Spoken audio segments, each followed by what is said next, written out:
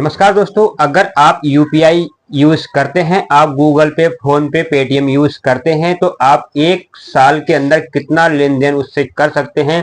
दोस्तों, income tax की तरफ से 1 अक्टूबर से इसके नए नियम बना दिए गए हैं। अगर दोस्तों आप इसकी लिमिट क्रॉस कर जाते हैं, जो लिमिट उन्होंने बनाई हुई है उसकी लिमिट क्रॉस कर जाते हैं तो दोस्तों आपके खिलाफ इनकम टैक्स की तरफ से नोटिस जारी हो जाता है। और जब नोटिस जारी हो जाएगा तो दोस्तों आपको उसका जवाब 100% देना पड़ेगा। जवाब अगर आपने नहीं दिया तो दोस्तों आप पर पेनाल्टी लगेगी और पेनाल्टी आपको भरनी पड़ेगी। दोस्तों, अगर आपके पास सेविंग अकाउंट है, आपके पास बचत खाता है, बचत खाता में आप कितना पैसा जमा कर सकते हैं, दोस्तों आज की वीडियो में आपको ये भी बताने वाला हूं। और एक साल के अंदर आप कितना कैश सेविंग अकाउंट में जमा कर सकते हैं, अपने सेविंग अकाउंट से कितना पैसा आप निकाल सकते हैं। दोस्तों आज की वीडियो में पूरी जानकारी मैं आपको देने वाला हूं। इसके साथ ही साथ दोस्तों मैं आपको और जानकारी दूंगा क्रेडिट कार्ड के बारे में। क्रेडिट कार्ड दोस्तों अगर आपके पास 1 है, 2 है, 3 है, 4 है, 5 है, चाहे भले ही 10 हैं, लेकिन दोस्तों आप एक वित्तीय वर्ष में क्रेडिट कार्ड से यानी नगद आप कैश कितना पेमेंट बिल जमा कर सकते हैं, यानी दोस्तों आप कितना कैश बिल जमा कर सकते हैं एक साल के अंदर, ताकि आप इसकी लिमिट क्रॉस कर जाते हैं, अगर जो लिमिट सेट हुई हुई है अगर उसकी लिमिट आप क्रॉस कर जाते हैं तो दोस्तों आप पे पेनाल्टी लगती है, इनकम टैक्स और जीएसटी का नोटिस आपके खिलाफ आ जाता है।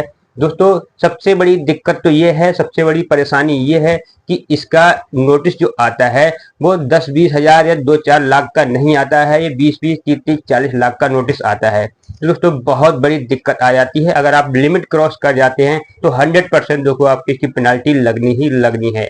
इसके बाद दोस्तों हम साथ ही साथ आपको ये भी जानकारी और देंगे, अगर आप प्रॉपर्टी डीलर हैं, अगर आप प्रॉपर्टी बेच रहे हैं या खरीद रहे हैं तो दोस्तों आप कैश में कितना पैसा दे सकते हैं और कैश में कितना पैसा ले सकते हैं, इसकी भी दोस्तों लिमिट सेट की हुई है। अगर आप इसकी ओवर लिमिट जाते हैं, लिमिट क्रॉस कर जाते हैं तो दोस्तों आप पे इसकी इनकम टैक्स की तरफ से आपके खिलाफ नोटिस आ जाता है। और नोटिस में दोस्तों आपसे जवाब मांगा जाता है कि अगर आप ज्यादा कैश आपने दिया है, ये कैश आपके पास आया कहां से, आपने कैश कहां से प्राप्त किया और आपने कहां से लाके जमा किया। दोस्तों जो प्रॉपर्टी खरीदता है उस पर भी और प्रॉपर्टी जो बेचता है उस पर भी दोस्तों दोनों के खिलाफ ये नोटिस जारी हो जाते हैं। तो दोस्तों अगर आप इस तरह की पूरी जानकारी चाहते हैं, एक एक चीज की बारीकी से जानकारी अगर आप चाहते हैं तो लगातार वीडियो में बने रहेंगे। वीडियो को दोस्तों लाइक कर लेंगे, चैनल को सब्सक्राइब कर लेंगे और दोस्तों जानकारी अच्छी लगती है तो दूसरों को शेयर जरूर करेंगे, ताकि दोस्तों उन्हें सबको जानकारी मिलना जरूरी है, ताकि दोस्तों इस परेशानी से बच सकें। तो दोस्तों चलते हैं वीडियो में और सीखते हैं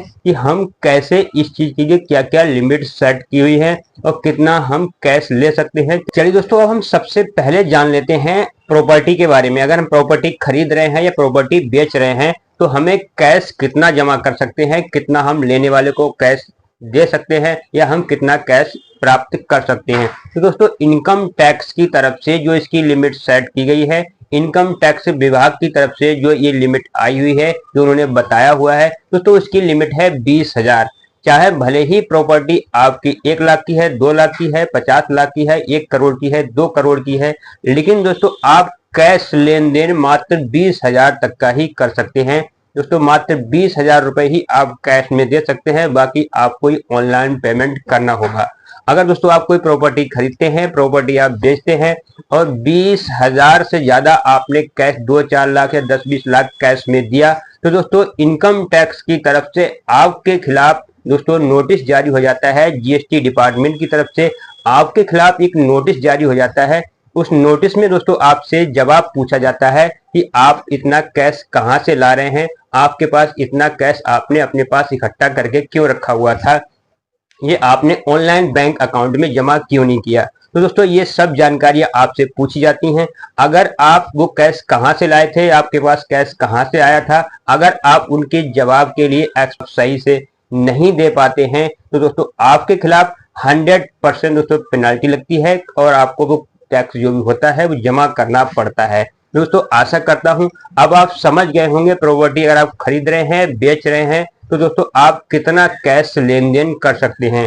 ऑनलाइन दोस्तों अनलिमिटेड है, ऑनलाइन आप कितना भी कर सकते हैं, अकाउंट से जो भी आपके अकाउंट की जो भी लिमिट हो, बैंक अकाउंट की जो भी लिमिट हो उसके अनुसार दोस्तों आप कितना भी कर सकते हैं प्रॉपर्टी खरीदते और बेचते वक्त।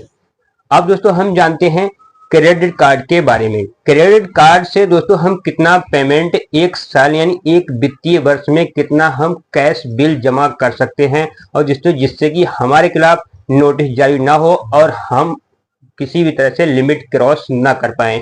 दोस्तों इसकी लिमिट मात्र 1,00,000 रुपए रखी गई है एक वित्तीय वर्ष में। आपके पास एक क्रेडिट कार्ड है, 2 है, 4 है, 8 है, 10 है, लेकिन दोस्तों इसकी जो लिमिट है बिल जमा करने की वो लिमिट मात्र 1,00,000 रुपए है। आप एक वित्तीय वर्ष के अंदर कैश में जो बिल जमा करेंगे क्रेडिट कार्ड का वो मात्र आप 1,00,000 रुपए ही जमा कर सकते हैं। दोस्तों अगर इससे ज्यादा अगर आप जमा करते हैं तो ये डाटा पूरा इनकम टैक्स के पास जाता है, जीएसटी डिपार्टमेंट के पास जाता है कि इतना कैश इस क्रेडिट कार्ड से कैश में जमा हो रहा है, बिल जमा हो रहा है। दोस्तों आपके खिलाफ एक नोटिस आ जाता है। वो नोटिस आने के बाद दोस्तों आपके उसमें जवाब तलब किए जाते हैं, जवाब आपसे लिए जाते हैं कि आपने एक साल के अंदर इतना कैश कहां से इकट्ठा किया हुआ था, आपके पास कहां से ये कैश आया हुआ था। तो दोस्तों आपके लिए वो जवाब पूरे देने पड़ते हैं, वो सारा आपको जवाब पूरा देना पड़ेगा। अगर आप इस जवाब को नहीं दे पाते हैं तो दोस्तों आप पर पेनाल्टी लगती है, वो पेनाल्टी आपको भरनी पड़ती है। दोस्तों मैं फिर बताता हूँ, ये पेनाल्टी आती है ये बहुत बड़ी रकम में आती है जो आम आदमी नहीं भर पाता है। अब दोस्तों हम जानते हैं यूपीआई के बारे में। एक वित्तीय वर्ष में हम कितनी यूपीआई से पेमेंट ले सकते हैं और कितनी दे सकते हैं। दोस्तों ये चीज बहुत ज्यादा जरूरी है जानना और बहुत ज्यादा ही इसे इंपॉर्टेंट चीज है ये, क्योंकि दोस्तों यूपीआई हम सभी यूज करते हैं आज की डेट में और सभी लोग चाहे 1 रुपए का लेन देन हो, 10 रुपए का मार्केट जाते हैं सबसे पहले यूपीआई ही करते हैं। दोस्तों यूपीआई की डायरेक्टेड कोई लिमिट नहीं है, आप कितनी भी 1,00,000 2,00,000 तक कर सकते हैं, आराम से आप कर सकते हैं से। लेकिन दोस्तों इसमें एक दिक्कत है, एक परेशानी है, इसकी इनडायरेक्ट एक लिमिट है। लिमिट का मतलब है दोस्तों आप जो यूपीआई कर रहे हैं अपने सेविंग अकाउंट से। दोस्तों अधिकतर आज के समय में 10% लोगों के ही करंट अकाउंट हैं, बाकी 90% लोगों के सभी के सेविंग अकाउंट हैं। आप किसी भी कोई भी व्यापार करते हैं, आप पानी पूरी लगाते हैं, आप सब्जी का व्यापार करते हैं, आप कोई भी शॉप करते हैं, आप कोई भी शॉप किराने की दुकान है, तो दोस्तों आपने एक यूपीआई क्यूआर कोड बनवा के लगवा रखा होगा सेविंग अकाउंट का। अब दोस्तों इस पे क्या होता है, हम जो भी इस पे क्यूआर पे पेमेंट लेन देन करते हैं सेविंग अकाउंट पे, तो दोस्तों इनकम टैक्स क्या होता है इस चीज के लिए आपकी पूरी की पूरी इनकम मानता है। यानी आपकी जो भी सेविंग अकाउंट का मतलब है आपकी सेविंग, आपके जो तो बचत खाता जो आप बचाकर उसमें जमा कर रहे हैं, जो भी उससे ट्रांजैक्शन हो रहा है इनकम टैक्स के अनुसार वो सारा आपकी बचत है, वो सारे आपके पैसा खाते में जमा हो रहा है। यूपीआई की दोस्तों एक लिमिट है, आपके सेविंग अकाउंट की एक लिमिट है, वो है आपकी 20 लाख का टर्नओवर है। यानी दोस्तों पैसा आना और जाना, आपने कितना पैसा लिया और दिया दोस्तों उसका मतलब है ये आपका 20 लाख तक एक वित्तीय वर्ष में आप इसका टर्नओवर कर सकते हैं। इससे ज्यादा अगर आप टर्नओवर करते हैं अपने सेविंग अकाउंट से तो दोस्तों आपको इसका खामियाजा भुगतना पड़ेगा, आप 100% पछताएंगे, आपके खिलाफ दोस्तों नोटिस जारी होगा। दोस्तों बहुत आपने अखबारों में पढ़ा होगा, न्यूज पेज पढ़ा होगा, आपने दोस्तों टेलीग्राम में पढ़े होंगे कि दोस्तों इसमें सब्जी बेचने वाले पर 25 लाख का नोटिस जारी हुआ था और दोस्तों पानी पूरी वाले में भी 25 लाख का नोटिस जारी हुआ था। तो दोस्तों इस चीज पे ध्यान रखें। तो दोस्तों जीएसटी आपका जो भी अकाउंट है, आप यूपीआई करना चाहते हैं तो सबसे अच्छा एक अपना करंट अकाउंट खुलवाने, करंट अकाउंट से आप अपना लेन देन करें, बिजनेस करें, तो दोस्तों आपको इसमें कोई भी दिक्कत नहीं होती। लेकिन दोस्तों आपको वैसे दिक्कत हो जाएगी अगर आप ITR फाइल नहीं करते हैं, तो दोस्तों आपको नोटिस आ जाएगा। नोटिस अगर आप जवाब उसका नहीं दे पाएंगे तो 100% दोस्तों आपके ऊपर इसकी पेनाल्टी लगनी ही लगनी है। अब दोस्तों हम जानते हैं हमारा जो सेविंग अकाउंट है, हमारा जो बचत खाता है, हम उसमें कितना पैसा रख सकते हैं और कितना पैसा हमें रखना चाहिए उसमें, और कितना पैसा हम कितना कैश एक वित्तीय वर्ष के अंदर उसमें जमा कर सकते हैं। दोस्तों वीडियो बड़े ध्यान से देखेंगे, वीडियो बहुत ही ज्यादा अच्छी है, बहुत ही नॉलेज वाली है। अगर आप इस चीज को एक एक चीज को बारीकी से देखेंगे तो आपको दूसरी कोई वीडियो देखने की जरूरत नहीं पड़ेगी। तो दोस्तों एक एक तो आपके सेविंग अकाउंट में रुपए जमा करके रखने की कोई भी लिमिट नहीं है, आप कितना भी रख सकते हैं। लेकिन दोस्तों कैश जमा करने की एक लिमिट है, वो है 10 लाख रुपए। मात्र आप 10 लाख रुपए ही एक वित्तीय वर्ष में आप कैश जमा कर सकते हैं और विड्रॉल कर सकते हैं अपने सेविंग अकाउंट से।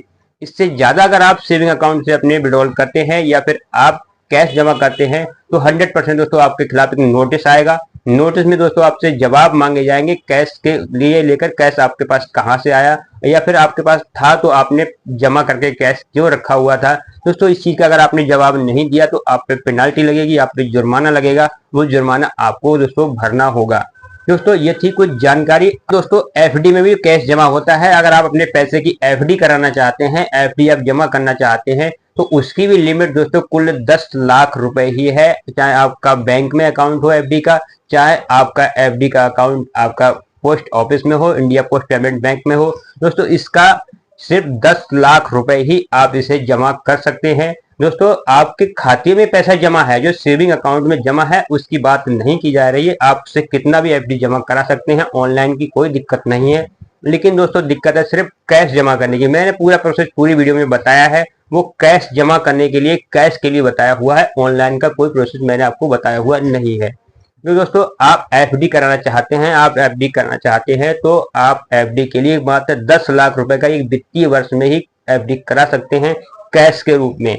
इससे ज्यादा दोस्तों आप नहीं करा सकते। आपके सेविंग अकाउंट में पैसा जमा है तो आप कितने की भी करा सकें, कोई दिक्कत नहीं है। दोस्तों आशा करता हूं अब आप जो भी ट्रांजेक्शन संबंधी जानकारियां हैं, बैंक के जो नए रूल आए हुए हैं, अब आप समझ गए होंगे। और दोस्तों अब आप जो भी काम करेंगे यूपीआई से, क्रेडिट कार्ड से, या फिर आप प्रॉपर्टी का, तो दोस्तों लिमिट क्रॉस नहीं करेंगे। लिमिट क्रॉस होने के बाद क्या आपको हो सकता है, क्या क्या दिक्कतें आ सकती हैं, दोस्तों सारी चीजें मैंने आपको वीडियो में बताई हुई। नमस्कार दोस्तों, अगर जानकारी अच्छी लगती है तो दूसरों को शेयर जरूर करें।